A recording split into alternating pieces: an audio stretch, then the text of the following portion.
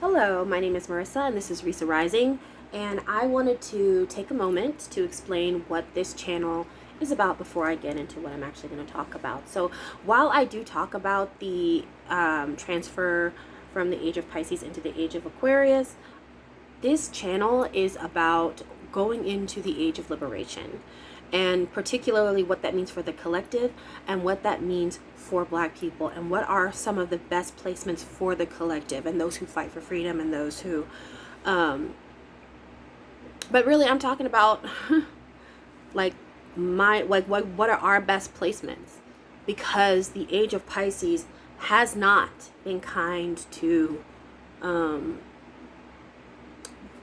Black people, and who I am, the specific demographic that I'm focusing on because I live it every day, is Black Americans. Okay, with that said, let's get into what we're talking about. So I am going to be discussing wait, hold on just a second. Sorry, it's always when you start filming that all of a sudden like your eye is itchy or something. But today I'm going to be discussing the betrayal of Taurus during the age of Pisces. So what does that mean? What am I talking about? Am I talking about Taurus people? I'm not. I'm talking about the sign as an energy, as one of the split offs of Venus. And when I'm looking through these things, I'm looking at them through an astrology lens, right? So if we're thinking that the age is a wheel, right? If you look at your own birth chart and it's a wheel, right? You have your rising sign, you have, rulers of individual houses. So with that in mind, if Pisces was the rising, like the directional path of the entire age, the rising sign, then Taurus would have been in that third house. This is part one of the betrayal of Taurus, or how Taurus betrayed us. But when we think of the educational system, and I do talk about the United States specifically, not only because I'm here, but because this was a nation that was built during the age of Pisces. I'm not talking about the people here before. I'm talking about like the United States, like coming into existence, was created during the age of Pisces. So, as we know, if Pisces was in the first house, then Taurus was ruler of the third. So what does that mean? So let's talk about what each one, the third house represents and Taurus represents. Taurus represents comfort. Taurus represents sensuality. Taurus represents food. Taurus represents, like, by itself as the sign, not the house. Taurus represents, I think I said comfort already. Comfort, food, sensuality, pleasure, material, luxury. Taurus represents this part of the female body or female anatomy, like the way your brain is made up, because it has that straight up Venusian energy. And we'll talk more about Venus a little later, but that Venusian energy is very penetrating. So it has this sensual, luxurious sort of quality to it, but the shadow side of Taurus, I mean, like the undesirable side, is a great deal of the refusal to be uncomfortable, the refusal to move, the stubbornness that comes with Taurus. Another good attribute is Taurus's patience for the long time. It really does take a lot to piss a Taurus off, right? And if you piss them, like, you deserved it at that point. This steadfast energy that comes with Taurus. Then you have the third house, which is typically ruled by Gemini, but it was ruled by Taurus this time. So when we think of the lower half of the chart, that's our personal lives, not the collective. The collective is 7 to the 12, but us personally as an individual is reflected through the first 6 houses. So when we think of that house, we think of indoctrination, we think of going to school, our schooling, our high school, middle school, what we were taught, what we were our indoctrination, our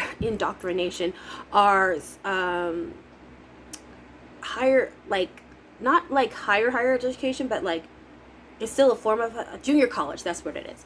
Junior college community, like where you were brought up. What did you learn? Your initial indoctrination, right? So Taurus ruled that. And why I say it was a betrayal, there are certain signs that represent certain entities and or certain traits. Another thing that Taurus represented was the planet, like gardening and the closeness with the earth. That was betrayed in the later seasons of Pisces with the development of the United States. Taurus betrayed women. It betrayed the earth, and it especially, in my opinion, betrayed black women. There was a serious betrayal. How did it betray? So let's talk about the earth. How did it betray the earth? As you can see right now, the Earth Mother is being stripped of her resources and has been for, I would say, centuries. Stripped of her resources. We have unaligned ourselves with Earth and aligned ourselves to our own thinking, right? There is a betrayal because there is a refusal to grow and to learn. We can see it with the coal miners who are getting sick, who are dying, who are getting the black lung and cancer from mining coal and still want to persist in doing such a thing. It is a limited resource, but they still want this thing that's killing them, right? It's the refusal to accept knowledge. Taurus said, for the sake of white comfort, because Taurus will always align itself with who is in power right now, because Taurus is about survival. The second house is directly tied to survival and our values. And that's the normal house that Taurus rules over, but it takes those things, it took those things with it when it moved into the third. Those things were still very, very, very, very, very present in the second house. But it absolutely still had this like thing of this is how we survive. Taurus had that mentality when it came to education. So I'm gonna go in another video. I'll go more into how Taurus really affected the third house. Taurus and the combination of Taurus and Piscean energy. But there was a refusal to evolve. There is a sense of this is the way that we've always done it. You know, this is how I grew up. This is what I believe. Even if what you believe is ignorant. Even if what you believe is squandering a non-resourceable or a non-renewable energy source. When I say that Taurus betrayed women, Taurus absolutely betrayed women. It made men comfortable in thinking that women were lesser than. It made men not want to understand, even now, why their lives become easier when they have wives or they have women. As women and women who have been around other women, we understand that men add complications into your life. Men make your life harder. This is something that I've heard over and over again. It is not the same thing. Having a husband, having a man in the house is not the same thing as having a woman in the house. It's not the same thing at all. So when we see men, married men who are statistically happier, much happier, they live longer, there was a siphoning off of that feminine energy because Taurus is naturally in women, but it just behaves differently. So let's say that you had your wife, you have your wife in your house, and what you're doing is you're actually pulling the energy from her without returning any energy back. That's why women were typically more miserable. Married women were more miserable,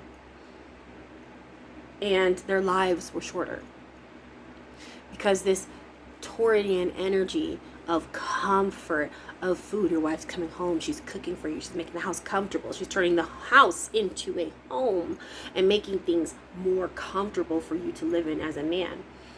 And you could say, oh, well, and I'm going to say this for the white community, like, oh, he paid the bills, or he contributes in that way. But there is a difference in the level of comfort a woman will bring into your life. I say that a good woman will make, even a mediocre woman will make a poor man live like a rich man. Because the rich man, this is all in the age of Pisces, the rich man is able to have sex when he wants it, basically. I mean, marital rape wasn't even criminalized until the 90s. Sex when he wants, food when he wants, a clean house, all these services, a nanny, like all these things that you would normally have to pay for. So a good or even mediocre wife will have you living like a rich man as a poor man. And that way, Taurus did not defend nor protect women. And the third point, Taurus not protecting black women. This was like such a betrayal. This was such a betrayal. Because whether or not you agree with it, black women are the original woman.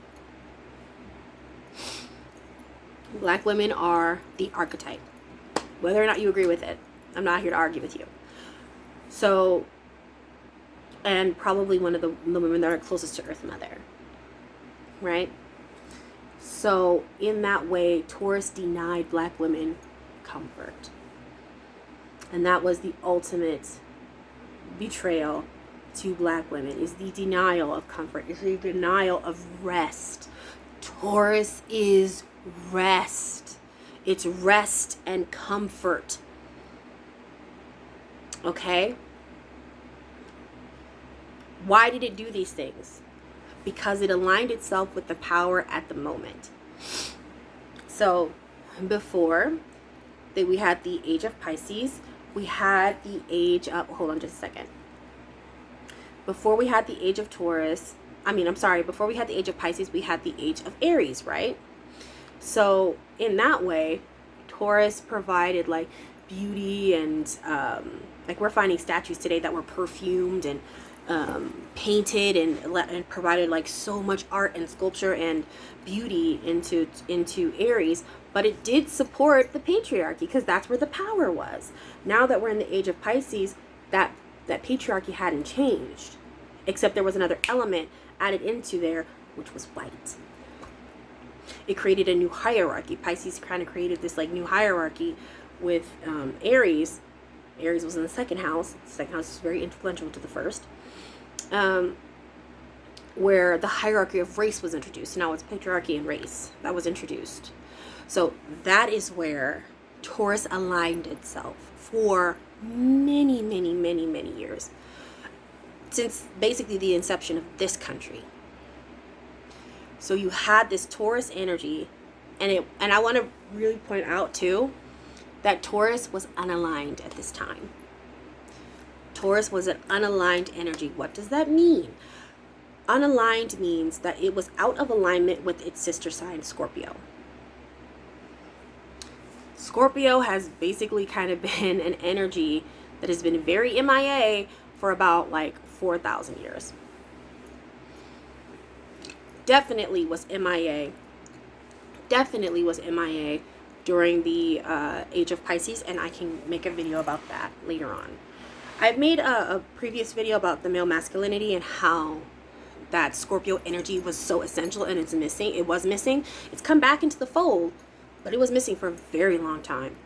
So this unaligned energy that just aligns itself with power took from the black woman. And not only that, it's not that this is like, actually I know somebody's gonna say this is in your mind. There were laws made that black women could not rest, and if they did rest, they could be imprisoned.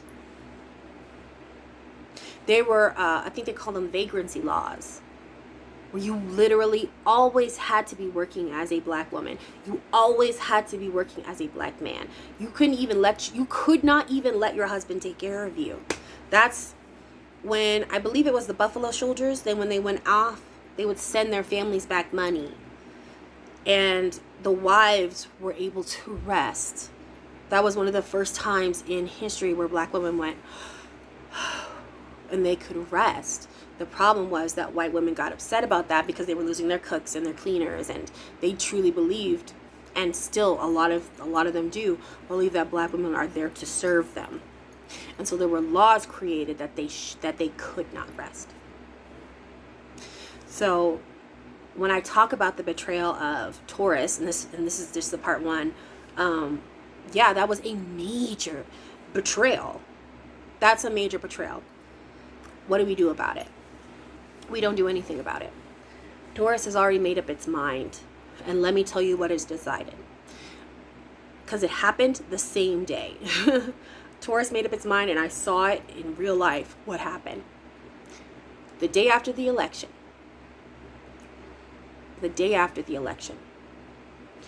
When white America chose race and patriarchy over their own comfort, something that Taurus had been protecting since the inception of this country, no matter the evil. Taurus had been covering that, saying, la la la la la la la la, this is uncomfortable, you're hurting my feelings, I don't want to talk about it, la la la la la la la la la, like, this was a long time ago, you were never a slave, da da da da da, I don't want to talk about it. Taurus had been doing that, and this influence. But as soon as white America chose their own race and the patriarchy over the comfort that was being provided by Taurus, no matter what, because it was food stamps, it was housing, it was Medicare and Medicaid, and these things, like, these are comforts, y'all.